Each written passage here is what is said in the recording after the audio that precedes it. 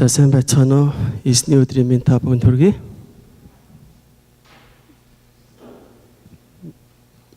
Миний дуу цоор яж байгаа гайгүй юу? За тэгээд 2-7 хоногийн өмнө Сан Францискод болсон нэгдсэн чуулганд манай сүмийнхээ амжилтанд оролцоод ирсэн байгаа. Тэгээд эрх бүтэнсийн өдөр бас гэрчлэе гэж бодсон боловч шалтгаан гарсны улмаас сүм дээр ярьж чадсангүй. Тэгээд үнэхээр ивэлтэй, ерөөлтөө цаг байлаа.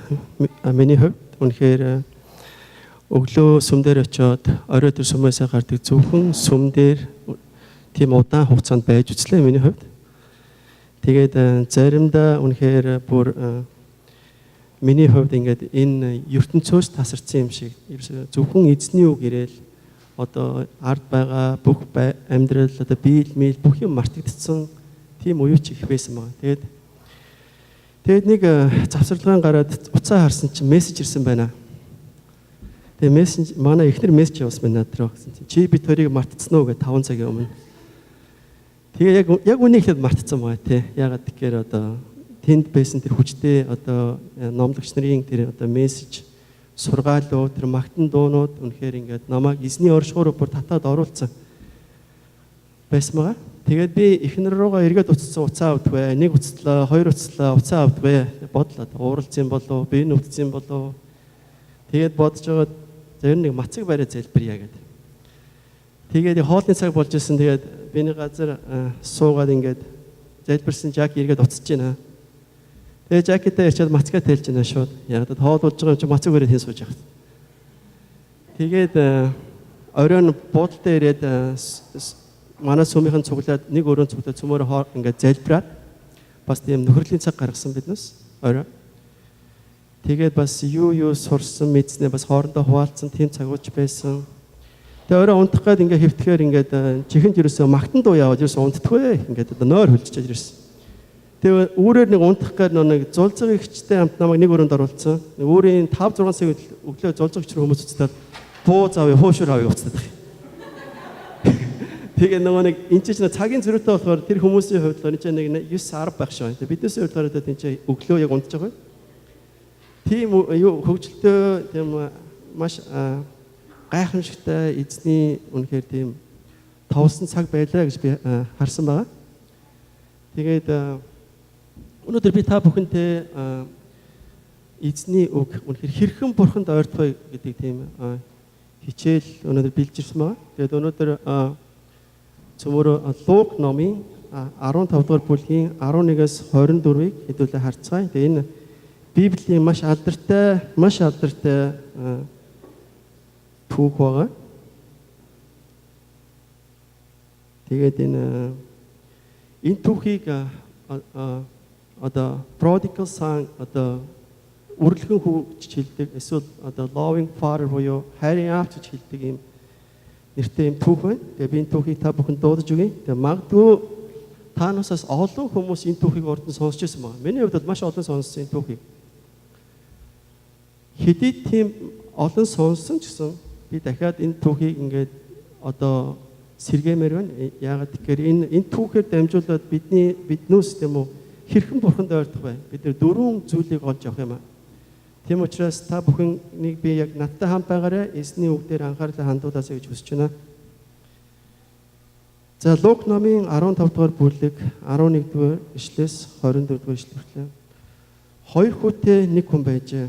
Бага хүн эцэгтэй аава эд хөрөнгнөөс минь оногдох хувийг надад өгөөч гэхэд эцэг нь 2 хүүтэй хөрөнгөө хувааж өгөв.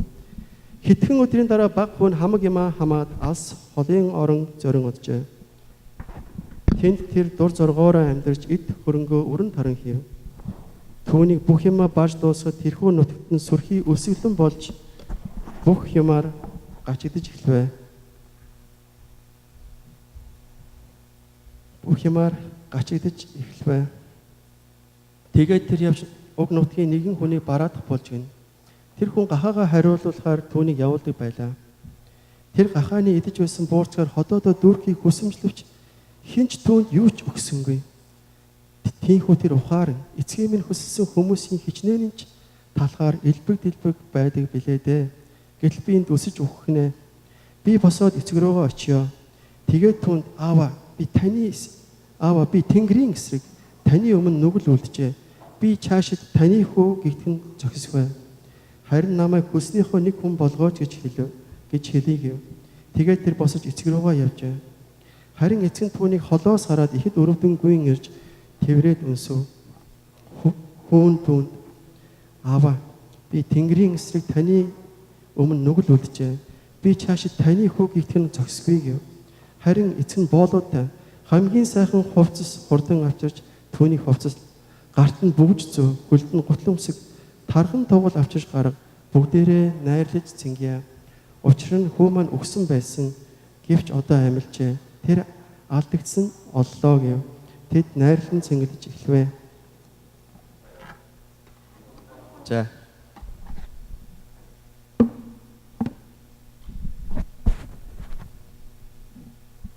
За би түрүү хэлсэн. Тэгээд энэ түүхийг ер нь бид нар урд нь одоо маш олон удаа бид нар одоо уншиж байсан. Энэ түүхээр дамжуулаад маш олон бид нар сургаал сонсч байсан байна.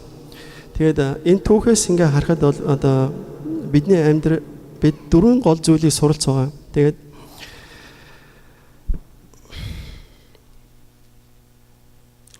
амьдрал нэг юм үнэн байна. Юу гэвэл тий одоо Бурхны оршихуй тийм үү? Танаас хэр холдох тусам тийм үү? Яг төдий чинээ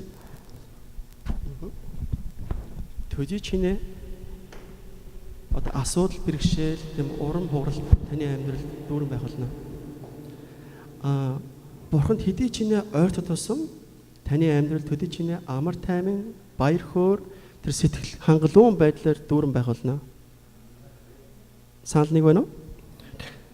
Бурханаас холдох тусам асуудал их байх нь, Бурханд ойртох тусам тэр баяр хөөр амар тайван бидний амьдрал бэлхэм дүүрэн байх болно. Тэгэхээр энэ хүүгээс хэдүүлээ ингээ харъя. Лук номын 15-ын 13 хэдүүлээ харцгаая. Лукийн 15-13 хитгэн өдрийн дараа баг хүн хамаг юмаа хамаад алс хоолын орон зорин оджээ гэж. Тэгэд энэ хүү алс хол явсан байна, тийм үү? Одоо энэ хүү ааваас хол байхыг хүссэн байна, тийм үү? Энэ хүү газар зүйн хувьд одоо эцгээсээ хөндөй тийм үү одоо өөрөө бие даасан тусгаар тогтнолыг хүссэн байна. Тэгээ ааваасаа холдсон. Тийм учраас энэ хүүгийн амьдралд асуудал ирсэн бид түрүүн уншсан байна. Тэгэхээр бид өнөөдөр одоо Бурханаас холдох үед Бурханы оршихуйгаас бид нэр зүхтах үед өнөөдөр бидний амьдралд хамгийн их нүүрлдэг зүйл юу вэ гэвэл залхалт ирдэг байна. Тэгээ цөмөрөө Лук номын 15-ын 14 дараагийнх нь ишлэгийг харцгаая. Түүнийг хамаг юма баж дуусахад тэрхүү нутагт сүрхий өлсгөлэн болж тэр юм амаар гачигдж эхлэвэ гэж энэ. Тэгэхээр энэ хүү ингээд одоо юм ямаар гачигдж эхлэвэ гэдэг нэг ёсны залхалт. Одоо өөрийн байгаа амьдралдаа ямар сэтгэл ханамжгүй бол энэ хүү болсон байна тийм үү? Тэрхүү одоо эцгээсээ тэр одоо авсан тэр эд хөрөнгийг бүгдийг өрн таран хийгээд яг дуусах үед тэр нутагт тийм үү санхүүгийн том хямрал явагдсан байна. Тэгээд энэ хүний газар одоо цагааталж амьдарч байгаа энэ хүүд хинч одоо энэ хүү одоо хүлээж авах түүнийг одоо хайрлах, инхрийлэх, түүнд туслах тийм одоо түүнд очих газар байсангүй. Тэгээд энэ хүү үнэхээр одоо маш хэцүү байдалд орсон байгаа. Тэгээд одоо түүний амьдрал бол яг үнэндээ бол одоо бүрэн залхалт түүнд ирж байгаа. Яг тэгэхээр түүнд мөнгө байхгүй, очих газар байхгүй. Буудлаас нь хөвөө гарцсан. Нөгөө нэг бүх юма зараад тэрийг кэш болгоод цүнхтэй явсан тэр цүнхтэй кэш байхгүй. Тэгээд түүнийг одоо мөнгөтэй байхад нь тойрон хүрээлж байсан одоо бүх найз нөхөд тийм үү төр зүрийн найз нөхөд бүгд тэрийг хаяа явцсан. Мань хүн яг одоо нэг зам дээр ганцаараа үлдсэн хоосон нэгэн болсон байгаа. За тэгээд бидний үйдсэн бидний хувьд энэ хүүтэй ижил төстэй зүйлүүд байдаг. Бидний амьдралд залхалтууд ирдэг. Одоо бидний амьдралд янз бүрийн залхалт байна. Одоо addiction буюу бид нар одоо альва нэг одоо арх ч юм уу, тий хар тамхи ч юм уу одоо тийм зүйл бид нар ингээд хэрэгэлдэг. Тэгээ тэрнээсээ гарч чаддгүй. Тэгтээ залхдаг. Энээс би нэг гарч чанс. үнэхээр залхуутай байна те, залхамаар байна те. Энэ амьдралын нэг өөрчлөлт хийсэн те. Тэрнээсээ гарч чаддгүй. Эсвэл одоо санхүүгийн хямрал байна те, өртөө болцсон. Хүмүүс уцтал одоо ингээл загнаал итгэдэг мөнгөө гинэ тэр авсан мөнгө нь хараач өртөө. Амьдралаас өөд чинь залхаж байна те, хүн үнэхээр хэцүү байна те. Эсвэл уйтаргуйныг те. Уйтаргуйныг биднээсийг ингээ бүрхцэн тэр залгсан амьдралдаа бид нар бүр ингээд одоо ямар ч баяр хөөргөө болцсон. Бидний амьдрал тийм залгсан юм амьдрал, бидний амьдрал бид нар олныг нэрлж чадна. Уул энэ хүү анх аавтайгаа амьдарч байхдаа бол тун дэжгүй амьдарч байсан маа. Гайгуусан амьдарч байсан. Гэтэл энэ хүү одоо ингээд өөрөө шийдвэр гаргаад явсан. Тэгээд энэ гайгүй амьдралыг бүр тэр гамшигын хэлбэртэй амьдрал руу одоо авэцсан байгаа маань хөө. За ингээд хэдүүлээ цааш нь явъя. Лук номын 15 дугаар бүлэг 15-16 би та бүхэн дуудаж өгье. Тэгээд тэр явж уг нутгийн нэгэн хүнийг бараадах болж гинэ. Тэр хүн гахаага хариулахаар түүнийг явуулдаг байлаа. Тэр гахаан идэж байсан буурцгаар ходоодоо дүүрхийг хүсэмжлэвч хинч түүнд юу ч өгсөнгүй гэж. За ямар ч байсан энэ хүү ингээд одоо яваад нэг хүн болоод тэр хүн нэг ажил өгсөн байгаа. Ямар ч байсан нэг ажилдаа залгаад авсан маа энэ хүү. Харамсалтай нь одоо тэр ажил нь одоо хин ч хийхийг хүсдэггүй одоо хамгийн доод зэгийн хамгийн муу ажил энэ хүүд олдсон маа. Яг тэр хин ч хийх хүсдэг. Одоо бүр тэр одоо улс оронд одоо үлсэглэн санхүүгийн том хямрал болж байсан чинь тэр ажил нээлттэй байгаа. Яг тэгэхээр хин ч хийхийг хүсдэггүй. Ийм ажил хийснээс одоо баг одоо өгсөндөө хийгээгүй байсан гэж хүмүүс боддог. Тийм ажил мань хүнд олдсон байна. Тэгээд одоо Жүүшүүлийн хувьд, Израиль хүний хувьд одоо гахаа маллах бити хил одоо гахаан хүрхэн цээжтэй гэж үздэг байна. Хуучин гэрээний одоо хүмүүс. Тэгтэл энэ хүү одоо юу гахаанд хүрхэл одоо бүр гахаатайгаа хутгалдсан. Тэгээ бүр гахааныгаа хоолыг идэхгээд хоолноос нь идэхгээд тэр хоол нь олдохгүй одоо энэ хүү ингээ явж байна. Тэгээд энэ хүүгийн амьдрал бол одоо бүр хамгийн доод зэгтээ хүрсэн байна. За хэдүүлээ цааш нь явъя. Лук номын 15 дугаар бүлгийн 17 дээр тийхүү тэр ухаар эцгийн нь хөсөлсөн хүмүүсийн хичнээн талхаар элбэг байдаг билээ. Би энд өсөж өгнэ. За энэ хүүгийн амьдрал ингээд хамгийн доод зэгтээ очиод энэ хүүд нэг гайхамшигтай зүйл болсон байна. Энэ юу байсан бэ гэхээр түн ухаар ирсэн байна.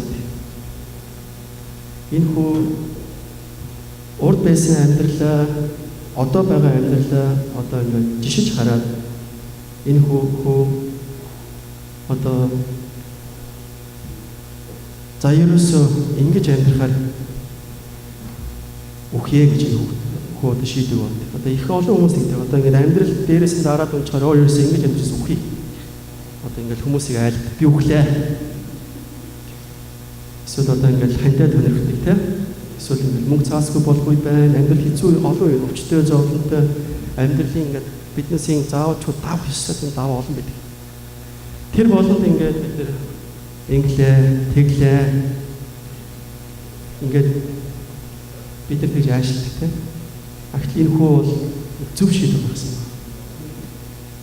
Ерөөсөө гитэ юу боллоо гэж чинь гахаа маалж доошоо орж те. Би одоо бас баян хүний хүүхэд те. Одоо энэ чинь ингээд ингэж явах гэж те. Ерөөсөө аав руугаа яв гэртээ. За энэ хүү ийм шийдвэр гараад харихаар шийдсэн байна. Тэгээ хүний амьдралд тийм үү ухаар одоо хизээ ирдэг вэ гэж биднээсээ амьдрал хамгийн хүнд хэцүү үед хүн одоо ухаардаг байна. Биднээсээс одоо ингээд ийш тийшээ зугаалгаар, аялал зугаалгаар явсан хүмүүс олон байгаа тийм. Одоо тэрэлж явж утсан хүн зөндөө Монголд одоо Улаанбаатарт амьдардаг бол тэрэлзөөрийн явдаг хүмүүс яадаг вэ? Пар штэ тийм. Эсвэл очиж зүгүүдийн дэчид одоо ингээд юу тэр нутгийн айлд туслаад одоо хон ямагийн саагаад ингээд явдаг юм багхгүй. Тэрэлж рүү ерөөсөө тийм машиныхаа боломжоор жигч аваад тийм үү Улаанбаатар хотоос тэгэл let's go fun гэж явдаг үстэй тийм. Тэгээд тэрж ч юм уу одоо энэ ч өөр энэ хавь ингээ парк зөндөөд байна тийм. Ингээ яг тэнд очиод одоо хүн яадаг вэхээр одоо 100 цэгт ч нэг хайхтар ухаарад ингээ гэгэрээд юмс байдаг байхгүй.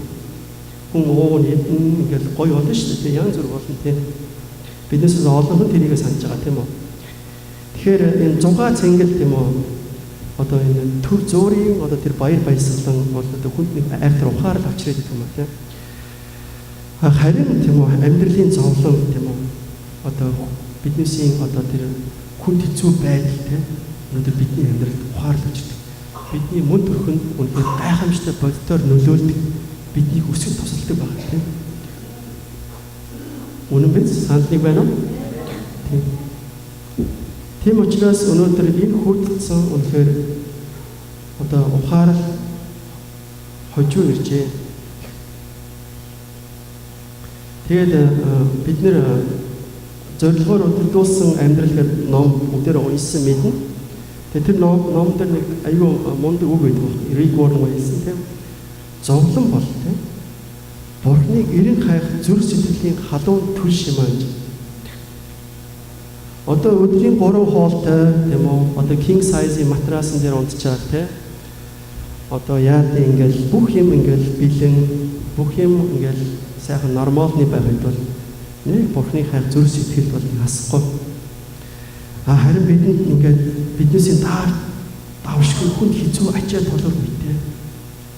Биднээсээ мэдлэлээс хэтрэх үед биднээсээ тэр чадвар оюун ухаанаас давах үед тийм хараад яагаад боломжгүй тэр зүйлүүд ирэх үед бид нэр хаашаа ханддаг.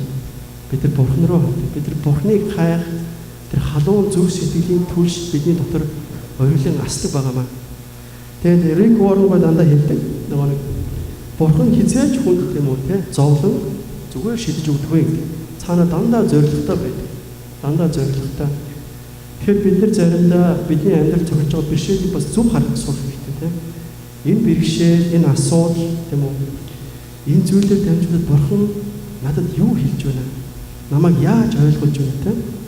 Сая нэгдсэн суглаан дээр очиод ингээд хүмүүсийн гэрчлэлийг сонсоод суужаад би үнэхээр ингээд Америкийн нэгдсэн улсад амьдарч байгаа өнөөдөр энэ миний амьдрал, магадгүй таны амьдрал ямар их өрөөлтэй амьдрал байна гэдгийг би олж мэдсэн баг тийм. Монголд үнэхээр ингээд тэр одоо биднээс энэ ч тоож дитгүү тэр банк занк одоо ингээд энэ тэнд байдаг нэг хатуу чихэр байдаг да тийм. Тэр чихрийн төлөө хүүхдүүд уйлаад тийм байж байгаа. Тэгээд одоо хувцгүй тэр хүн хэцүү амьдрал тэр пассвордын үйлчлэлийг хараад би яг үндэ өөрөөсөө их итсэн байгаа тийм. Заримдаа бид нар үнэхээр бид нар ямар амьдрал биднэрт ямар хിവэл өрөөл үүснийг бид нар заримдаа харахаа байждаг байгаа. Тийм учраас үнэхээр бид нар бас байгаа амьдралдаа сэтгэл хангалуун дүүрэн эзний дотор үнэхээр шатсан халуун сэтгэлээр амьдрах ёстой юм шүү. Ах дүүнраа би та бүхнийг уриалж байна. Тэгээ Ирмая номын ишүүлэгч Ирмаягийн 29:13 дээр хэлсэн маа тийм. Та нар намайг хайх бөгөөд бүхий л зүрхээрээ хайвал болно гэсэн юм. Ирмая тэр эзнийг үнэхээр бүхий л зүрхээрээ хайгаарай тийм үү? Зөөр эзэн байдгийн шүү. Тэгээ ер нь байдгийн шүү. Сүмд явал байдгийн шүү. Гэх биш тийм үү? Тэгэхээр эзнийг бүр тэр шатсан сэтгэлээр тэр халуун сэтгэлээр эзний хойноос бүр хөөгд явах тийм. Одоо бид нэр эзнийг хайх бид нэр одоо би яаж эзэнд ойртох вэ те? Одоо би түрүү хамгийн анх хэлсэн би эзэнд ойртох тусам миний амьдрал илүү хөнгөн байгаад байна. Тийм учраас одоо би яаж эзэнд ойрхон байх вэ? Өөрөө бодоорой. Өглөө юу, орой юу? Би өөрөө их цаг зав байна уу? Би залбирах уу? Би 7 хоногийн аль өдөр нь би одоо явж чадах уу? Би яаж одоо өөрийнхөө амьдралыг би эзэнд өгчтэй эзний араас явах вэ гэж та бүхэн бас бодоорой. Би та бүхнийг үнэхээр зоригжуулж байна. Эзний үнэхээр хайгаарай. Энэ Raymond Edmond гэж хүний хэлсэн гайхамшигтай одоо үг миний сэтгэл зүрхэнд ингээд үргэлж байдаг. Тэгээд гэрлийн дундаас айлдсан Бурхны үгэнд харанхуйн гүн эргэлзэн бүү суугаарай гэж хэлсэн байна. Тэгээд нөгөө нэг би ингээд одоо хүмүүс ингээд одоо ил загталж өгөх юм уу гэдэг одоо ном зам яхад би дандаа энэ Эдмондын үгийг бичдэг байна. Энэ аюу мундаг хийсэн аюу үнэг байхгүй. Би та бүхний надтай хамт дагаад хэлээсэй гэж үзэж байна. Тэгээд гэрлийн дундаас айлдсан Бурхны үгэнд харанхуй гүнд эргэлзэн буу суугаарай. Тэр эзэн гэрэл дундаас бидний амьдралыг хараад бидэнд хэлсэн би чамайг хаяхгүй орхихгүй хизээж ирэхгүй хизээж ирэхгүй би чиний амьдралыг чинь батлан дааж байна тэгтэл чи юу тэнд харанхуй ингээд эргэлзээд суун байна тийм учраас тэр гэрэлд байгаа Бурхны үгэнд бид нар итгэх нь туйлаас чухал байна. За ямар ч үс энэ хүн ингээд хэдийгээр хүн хэцүү байдалд ингээд өөрийгөө оруулсан ч гэсэн тийм үү өөрийгөө өрөвдөөд өөрийгөө ингээд буруу шаагаад ингээд үс толгоогоо ингээд сууж байгаа хүмүүс байдаг тийм. Энэ хүн ерөөсөө тэрийг байгаа тийм. Энэ хүн шийдвэр гаргаад одоо ичмээрсэн тийм. Одоо очиход ичмээр шүү дээ. Одоо цүг дүр мөнгө одоо ёо өөрөд одоо гэрийн хаалгыг саваад гараа явсан хүн одоо буцаад одоо ингээд гэртээ хоосон тийм. Одоо ингээд юм болоод ингээд юм очиж байгаад маний хүний хувьд бол үнэхээр хэцүү. Гэсэн хэдий ч гэсэн тэр ичгүйгээр тийм үү өөрийнхөө буруутай байдлыг ойлгож мэдээд энэ хүү аав руугаа явахаар шийдсэн байна. Энэ хүү үнэхээр босож чадсан байна. Одоо үнэхээр энэ шавар шавхай мэдтэй. Одоо түүний тэр хүсээгүй тэр амьдралаас энэ хүү босож чадсан байна. Бидний хувьд зөвхөн бос боломжтой.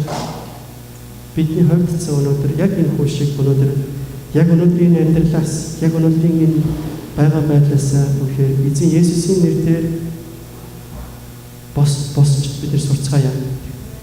Тэгснээс биш ингээ өдөр хоног өнгөрөөл бид үнэхээр ийм тийм би угаасаа ийм амьдралтай манай аав юм байсан юм гэлээ өвөө бас ийм байсан гэсэн бүтлгүйхэн гэдэг одоо тийм ургийн бичгтээ ингэж явахгүй те. Үнэхээр эсийн нэрээр босё те. Би өглөө биш те одоо та бүхэн нэг өөрөө нэг зүйлийг хуваалцъя гэдэг. Би өглөө ингээ заримдаа ингээ босч чаддгүй байхгүй. Манай жаакт бол аягүй ирчих ингээ өглөө босч аягүй юм. Би нэг сүүлийн цаг хүртэл ингээ минут хүртэл хийж байгаа босч. Заримдаа бүр ингээ босч чадахгүй. Биед хэлэх бол би ингээ Есүсийн нэрээр босё гэдэг туу хэлсэн шүү дээ. Тэрийг ингээ дотроо ингээд одоо дуулах гэдэг байхгүй юу? Босох юм байна шүү дээ. Тэрийг босоод ирдэг байхгүй. Бүр ингээ it's work. Есүсийн нэрээр дотроо ингээд дуулаад байхад яг босоод ирдэг. Тэгээд би жоохон нэмчи тэгээд ерөнхийдөө өсөнгөө шууд өсөж байна би таны гэдэг одоо шууд гатгаар гордог. Тэгээд сүүлийнх нь бодлаа шүү дээ зөв би түрүү бодсон. Тэгээд магтан дугаарсан бид нар ингээд тий босч чадж байна. Өсвөл галтгаар руу яваад орчих чинь тий. Тэгээд ихнийх нь бол яг үнэ яг гэж босдیں۔ Та бүхэн ч нэг хэвээ босч чадахгүй бол босгоод оролдоод үзье. Би босдیں۔ Тий. За эхнийхд нь хүний амьдрал залхад ирж байна тий. Тэгэхээр залхмаар байна тий. Тэр залхалтай дамжуулаад бидний амьдрал ухаарлаж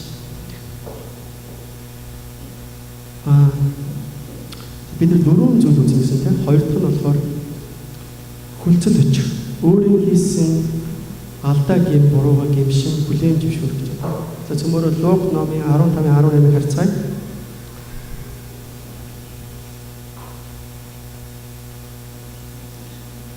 Луг номын 15-18. Би босоод эцэг рүүгээ очио. Тэгээд түүнд ааваа би Тэнгэрийн эсрэг таны эсрэг нүгэл үлджээ гэж. За энэ бүр ямар ч байсан шийдвэр гаргаад аав руугаа явсан. Дараа нь яасан бэ гэхээр гимээр хүлээн зөвшөөрсөн байна. Гимээр хүлээн зөвшөөрсөн. Заримдаа ингээд бидний залбирлууд үнэхээр ингээд яагаад чи бурханд хүрдгүү юм шиг те бурханы хоолч юм шиг нэг одоо ингээд зөвхөн өөрөө өөртөө яриад залбираач байгаа юм шиг те ингээд залбирал ингээд таасанд ойж буугач байгаа юм шиг тийм одоо мөчүүд тэгж одоо санагдах үе байдаг.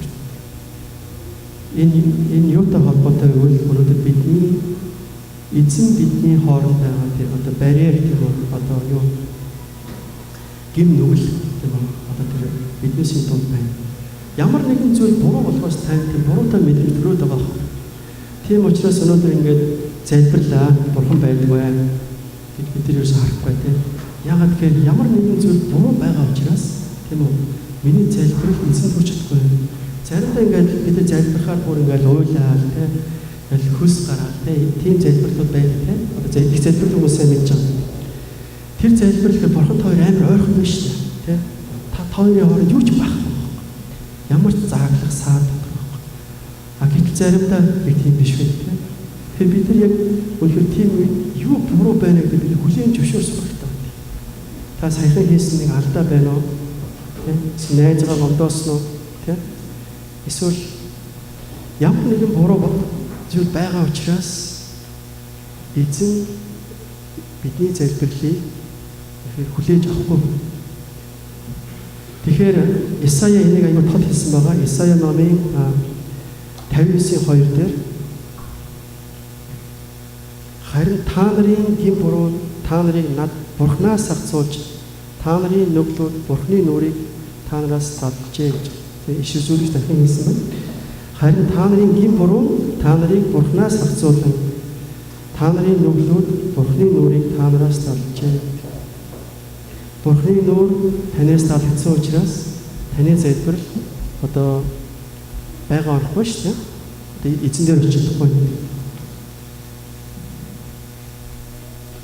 Тэгээд ер нь ингээ хүн бурхан хоёр ингээ одоо холдох үед тийм ингээ зай гарах үед хэн нь явдаг гэж мэдв.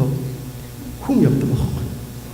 Хүн дандаа явж байгаа. Одоо энэ аав хүү хоёрын хувьд ингээ харахад аав хоёр амьдрал байжсэн. Ихтгэл ингээ хэн явсан? Хүн явдаг гэсэн. Яг тэрнтэй адилхан одоо хүн дандаа бурхныг хайж явдаг ба. Тэгээд дараа нь одоо энэ хүүшийг эргэж ойлгоод буцаад бурхан дээр идэв ба. Одоо дуулал номын 51-1-ээс дүүийг харцгаа хэвлээ. Дэвид хааны одоо дуулсан дуулал байна. Тэгээд бурхны өмнө Дэвид хаан гин хийсэн байна. Тэгээд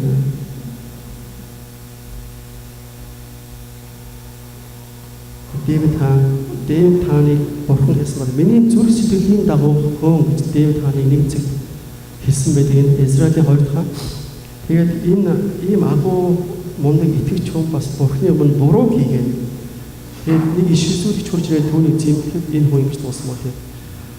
Бурхан өөрийн хайр инэрлийнхаа дагуу намайг нэгүсэж өөрийн өшөөний агуу байдлын дагуу миний алдаа зуршлыг арилгаач.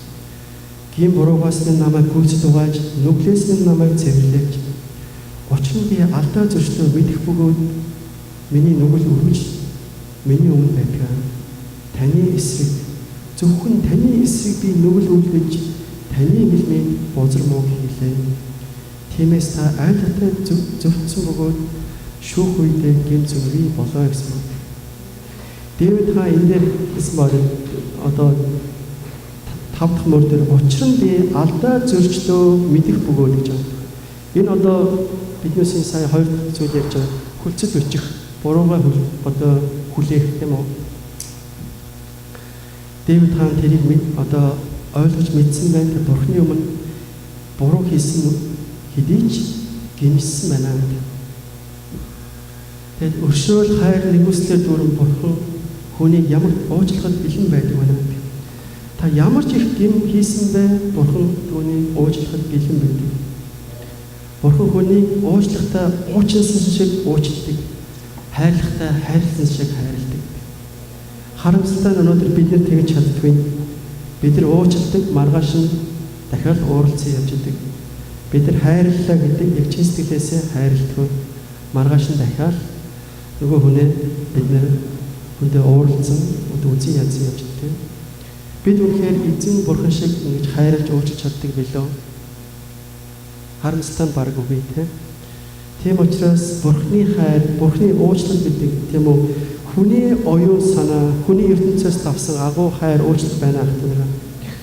Тэгээ Исая номын 1:18 дээр Исая ишүүлж хэлсэн байгаа. Наашир хамт хэлэлцээ гэж эзэн айлж байна. Та нарын нүглүүд час улаан боловч цас шиг цагаан болгоно гэсэн байна. Тэгээд энийг англи дээр одоо толб арилгагч одоо ишлэл гэж хэлдэг байгаа. Тэгээд Библийн өөр нэг орчуулган дээр юу гэж хэлсэн байдаг вэ гэхээр одоо чиний гим нүгэл тийм үү ямар ч тийм одоо гүн гүнзгий толго байсан хамаагүй би түүнийг арилгаж чаднаа. Би чамайг тийм үү дөнгөж саяхан орсон цаш шиг тийм цэвэрхэн болгож чаднаа гэж их эзэн Исаягаар дамжиж хэлсэн байдаг.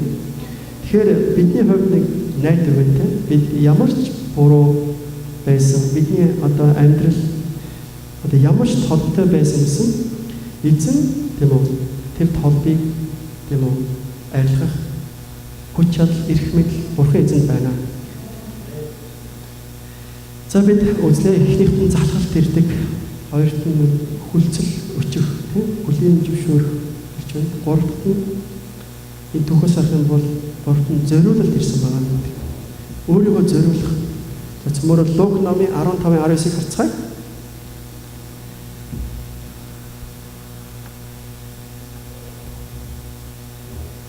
Би чаашид таны хүү гэхэн зогсгүй. Харин намайг хүснийхөө нэг хүн болгооч гэж хэлээ гэвэ. За хүү яасан? За хүү мөнгө болио тийм. Яна хүснийхөө нэг хүн болгооч гэж шээ тийм. За энэ хүү хамгийн анх явахдаа яасан бэ? Хүүгийн эрх мэдлгүүд байсан уу? Байсан тийм. Хүү яасан бэ? Өг. Одоо байгаа бүх юмаа тийм. Үнэлээд дундуур нь хоёр хувагаад нэг нь надад өг тийм. Одоо эрх мэдлээрээ зангиж өг. Тийм. Гэтэл одоо энэ хүү одоо буцаад аав дээр ирээд юу гэж хэлсэн бэ гэдэг. Намайг хүснийхөө хүн болгооч ээ. Одоо намайг болгооч ээ гэж тийм. Эхлээд надад өг гэсэн тийм үү. Одоо энэ хүний одоо хандлага маш өөрчлөгдсөн байна шүү дээ тийм. Намайг болгооч ээ. Одоо эхний үед бол эрх мэдлийг өөртөө авсан байна тийм. Хүүгийн эрхийн тав. Дараа нь бол эрх мэдлээ аавдаа захируулсан байна шүү дээ тийм үү. Намайг болгооч ээ. Та яавал яа. Намайг одоо намайг ямар ч байсан та энэ өөрийнхөө өргөөнд тийм үү. Өөрийнхөө гэрт байлгаач ээ. Би бод болоод зэн би ялж хийж байгаа тийм. Нэг өсөндөө энэ нөгөө нэг өөр дээрээ төвтэй амьдралаас бурхан дээр төвтэй амьдрал руу шилжиж байгаа тийм шилжиж байна. Ихэнхдээ гоцоо бид нар одоо сүм дээр ирэх үед бид нар яг өөр дээрээ төвтэй ирдэг. Бид нар сүмээс бурхны хүмүүсээс бурхнаас тэр дандаа ямар нэг юм одоо гойдж өг гэсэн тийм зүрх сэтгэлээр ирдэг. Харин хизэн гайхамшигтайгаар өөрчлөлтөө бидний өөрчлөлт эргээд биднээсийг өөрийнхөө тэр гайхамшигт хаанчлалын төлөө одоо биднээсийг одоо өөрсдөө зарцар болгож ертөнцийн үнцэг болгоомор руу илгээдэг байгаа тийм. Манай сүмээс одоо ирээдүйд бидний өргөдөөс одоо эзний хаанчлалаа болон гайхамшигтай дагалдагч гард бид дандаа итгэдэг. Үнэхээр бидний үр хүүхдийн бурхан ивэн өрөө гэдэг одоо хүн бурхан бид нар итгэдэг тийм. Одоо бид нар ингээд бүтэнсийн өдөр сүмийн хаалгаар орж ирэхэд яадаг вэ гэхээр бид нар за би ирлээ намайг харж байна уу? Би ирлээ харж байна уу? Шинэ гутал өмсөж ирж байгааг харж байна уу? Би суулаа харж байна уу? Би босгоч байна шүү харж байна уу? Дандаа би гэсэн төвтэй тийм үү? Харамсалтай нь бид нар цөөхнө тийм үү? Би өнөөдөр сүм дээр ирээд хэний төлөө залбирч бай тийм. Өвчтөе хүн байгаа болоо. Би өнөөдөр сүмийн төлөө юу хийж чадах вэ тийм. Хэн маань ирээгүй байгаа билээ тэр нэг бид уцтчих юм уу гэж. Тийг зүрх сэтгэлээр яадаг бидээс хувь цөөхөн байна. Тийм учраас өнөөдөр бидний өөр дээрээ төвтэй итгэгчийн амьдралаас бид нар бурхан төвтэй итгэгчийн амьдралаа зөвмөрөө шилжцгээе тийм. Өөрийгөө боддгүй, бурхны боддог, бурхны хүмүүсийн төлөө бодож чаддаг, тэднийсийн төлөө зориулж чаддаг тийм итгэгчдэр болцгоё тийм. Пастор хэлсэн байгаа тийм. Одоо чанартай итгэгч болёо. Нэг бодлын бас их бурхан төвтэй итгэгчийг хэлж байгаа тийм. Тийм учраас өнөөдөр бид одоо өөрийнхөө төлөө баг бодож тийм үү? Бурханы төлөө би юу хийж чадах вэ гэж та бүхний бас эргцүүл бодоорой гэж хэлж байна тийм. Ер нь өөрийнхөө төлөө их бодох аюултай шүү дээ. Ягаад гэвэл ингээд өөрийнхөө бодоолохоор сүултээ хүмүүс ядаггүй амар боддог залуу байхгүй наа чи хүүхэн байхгүй тийм нэртэй болдог. Тийм үстэй. Өөрийнхөө төлөө бодох юм чинь. Тийм учраас бид нар багцсан бид нар одоо чадлынхаа хэмжээгээр бид зориулахаар сурах хэрэгтэй тийм. Сая нэгдсэн чуулганд яваад бол ер нь миний одоо итгэлийн амьдралаас олон зүйлийг ингээд ингэж харахад хүрсэн байгаа. Тэгээ би ер нь бас тэр Монголд ажиллаж одоо эзний төлөө явж байгаа тэр пасторуудтай холбоотой байх нь зөв юм байна. Тэдний төлөө бас залбирч тэдний төлөө бас зориулт гаргах нь зөв юм байна. Одоо ингээд аягүй хингэж ярьдаг. Боломжгүй одоо амар олон хүүхдтэй би муутай ажиллааг цаг цэлэн авдаг. Ер нь аягүй хэцүү ер нь тийм боломж гаргах хэрэгтэй байна гэж би одоо сая замдаа явж байгаа бодсон байна. Тэгэхээр биднэрт зөвхөн одоо үнэхээр хүн сэтгэл байвал зам аяндаа гардаг гэж хэлдэг тийм. Үнэхээр бид нар сэтгэл байгаа бид нар алхах юм бол эзэн үнэхээр бидний амьдрал үнэхээр боломжуудыг өгнө тийм. Үнэхээр бид нар одоо яг сайн мэдхгүй юу хийхээ мэдхгүй байгаа чинь эзэндээ уулзаж эзэн биднээс амьдрал гэрэл асаа. Таны үг бол миний тийм юу гэдэг вэ? Хөлдөх дэмлөө замдах гэрэл мөн гэж хэлдэг тийм үү тийм 6 дэгтэй. Тэгээ цөмөрө Христийн дүр төрхтэй итгэгчдэр байцгаая гэж тэмүүлж байна хатан. Ром номын 12-ийн 2-ыг харцгаая. Тэгээ Паул бичмаа ийм ахтунараа өөрсдийн бие бурхан тааламж амьд ариун дахил болгон үргэлгийг Бурхны өршөөлөөр та нараас хичээнгүйлэн гуяа. Энэ нь та нарын сүнслэг мөргөл мөн. Энэ үеийн ямарч бүү нийцэх тун. Харин Бурхны хүсэл юу болохыг тухайлбал тааламж төгс төгөлдөр хүслийг батлахын тулд оюун ухаанаа шинжлэн өөрчлөгдөх хүсэл. Тэгээд энэ одоо урт ишлэлүүд энэ дээрээс хоёрын зүйл байгаа тийм. Ерөөсөө биднээс амьдралыг сонголт ирж байгаа юм тийм. Энэ үеийн амьдралыг зөв эсвэл шинжлэн өөрчлөгдөх үү? Ерөөсөө таг заагдаж зогсож байгаа байхгүй юу? Одоо яг хуучин амьдралаараа ингээд явах уу? Эсвэл би эзэн дотор шинэ амьдралаар алхах уу? Итгэлийн амьдралаар алхах уу? Би итгэлийг биш ээ хүн төрлөختөн одоо өвөг дээд өнөөдөр хүртэл дандаа итгэл гэдэг нь одоо аливаа нэг харагдахгүй байгаа зүйлийг итгэлээрээ хүлээж авах гэж байгаа юм. Ямар ч байсан би амьдралаа бурханд өглөө би итгэлээрээ би түүнийг хүлээн авлаа. Чаашиг бурхан мэднэ гэсэн одоо өөрийн гарыг сунгаж шүү дээ. Тэгэхээр яг биднээсийн хувьд яадаг вэ гэхээр ихэнхдээ бид ихгүй эхлээд харуулж. Яг яах гэдэг байгаа харуулж. Тэгээд би араас нь дагая гэж бодоод энэ бол дагалдагч биш тийм. Яг үнэхээр бид нар яг тэр итгэлээр алхах гэдэг бол тэр он. Тийм учраас үнэхээр бид нар шинжлэхдээ өөрчлөгдөхийн тулд тийм үү бид заавалчгүй итгэлийн алхаа хэрэгтэй. Итгэлийн алхаа маань үнэхээр ганхахгүй би байр суурьтай байх хэрэгтэй байна. Тийм учраас үнэхээр бид тэр шинжлэхдээ өөрчлөгдөж бурхан төртөө итгэгчнээ болцгоорой гэж би та бүхний хүсэн өрөөё. Цөмөрөө хажуу байгаа хүмүүстэй хэлье. Одоо өөрсдөө ахын дүүсийг урамшуулъя. Тэгээ намайг дагаа хэлэхгүй хажууд байгаа юм даа. Шинжлэхдээ өөрчлөгдөж бурхан төвтэй итгэж болохыг таныг юрөөж байна. Есүсийн нэрээр. За дөрөвдөх нь бид нар хүндлэл гэж байна. За бид нар 4 жил үзэж байгаа. Бид нар сүүлийн одоо юу гэж үзэж байна. Эхлээд бид нар юу үзлээ? Залхалт те. Дараа нь юу үзлээ? Гимшил, хөлцөл өчөлтэй. Гуравт нь юу үзлээ? Зориулалт те. Дөрөвт нь хүндлэл, баяр цэнгэл, магтаалыг өргөх гэсэн юм. Цөмөр Лук номын 15:20-ыг харцгаая.